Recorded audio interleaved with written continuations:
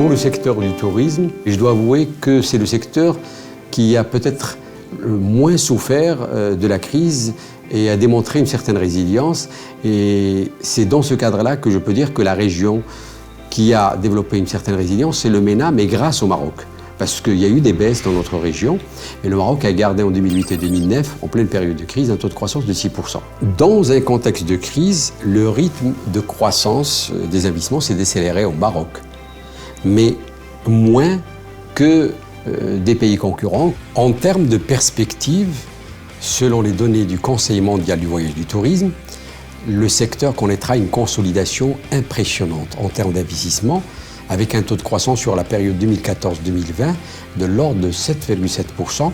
Les perspectives de consolidation de l'investissement au Maroc sont intéressantes et pourraient le faire arriver à plus de 6 milliards de dollars d'investissement au lieu des 4 milliards actuels.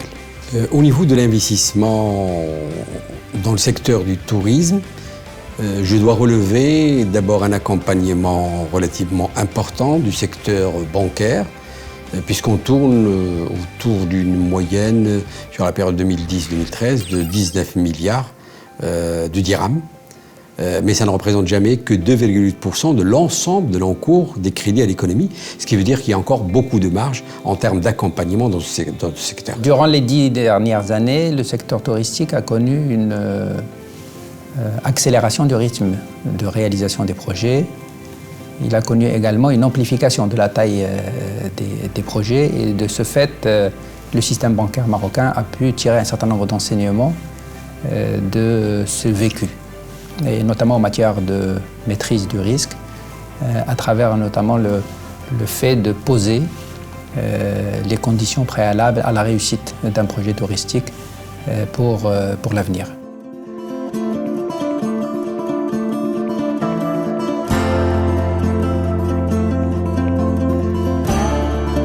Pour ce qui concerne alors le développement avec les partenaires, nous prévoyons d'ouvrir 10 hôtels sur le resort, dont 6 seront développés par la nouvelle société en cours de création, du résidentiel aussi qui sera réparti sur l'ensemble de la station pour environ 700 clés, et enfin une composante loisirs qui s'organisera autour de la marina projetée pour ce qui concerne les contraintes et les attentes. C'est l'accès au financement bancaire qui aujourd'hui est vraiment très complexe. La deuxième attente qui est également très forte concerne l'accès à la prime d'investissement de l'État.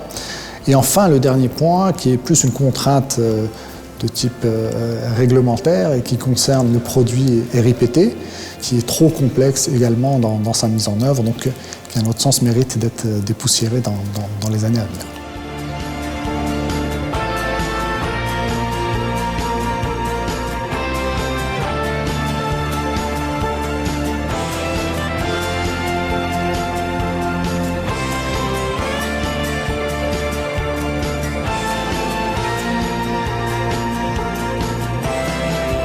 Nous observons une amélioration de la fréquentation des hôtels.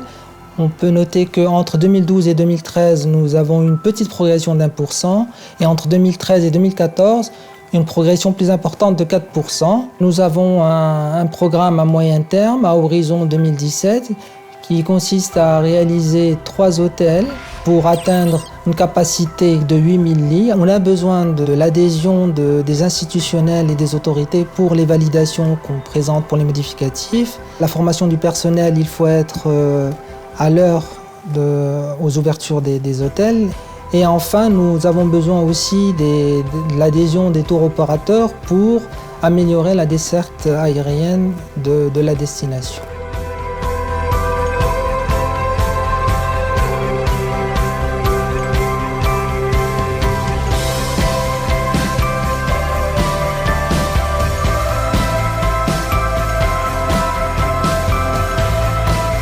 La station de Tarazout est la première au Maroc à bénéficier des labels HQE Aménagement et HQE Logement. Le projet de développement touristique de la station prévoit la réalisation de 9 hôtels d'une capacité de 7500 lits, ce qui correspond à une augmentation de 30% de la capacité d'hébergement de la ville d'Agadir. Tarazout B, c'est également plus de 1,5 million de nuitées et 300 000 visiteurs supplémentaires. Dans des projets aussi complexes, nous avons de très nombreux partenaires et si je devais en retenir deux ou en citer deux, l'État et les banques. Nous avons l'intention de mettre en place une société de gestion et d'animation de la station. Et comme vous le savez, les activités d'animation ne sont pas rentables et ont besoin d'un appui de l'État, notamment en termes d'incitation fiscale. Notre deuxième partenaire très important et les banques ont du mal à s'impliquer. Et cette implication doit être là parce que le Maroc aura du mal à réussir les objectifs que nous nous sommes fixés dans la vision 2020 si les banques ne financent pas les projets touristiques. Je crois qu'il faudrait rappeler que le système bancaire marocain, en tout cas les trois principales banques, ont signé à l'occasion de la présentation de la vision 2020 devant Sa Majesté le Roi un mémorandum dans lequel ils se sont engagés à financer tous les projets qui respectent un certain nombre de conditions et la batterie de conditions est explicitement désignée dans ce mémorandum. Donc je pense que cet engagement aujourd'hui, qui est assez explicite, est bon pour les deux parties et permet de déterminer les conditions de façon très claire pour les promoteurs et de l'autre côté de faire en sorte que l'expérience accumulée par le système bancaire qui a permis de déterminer justement ces conditions puisse être bénéfique et servir d'enseignement pour éviter quelques erreurs du passé.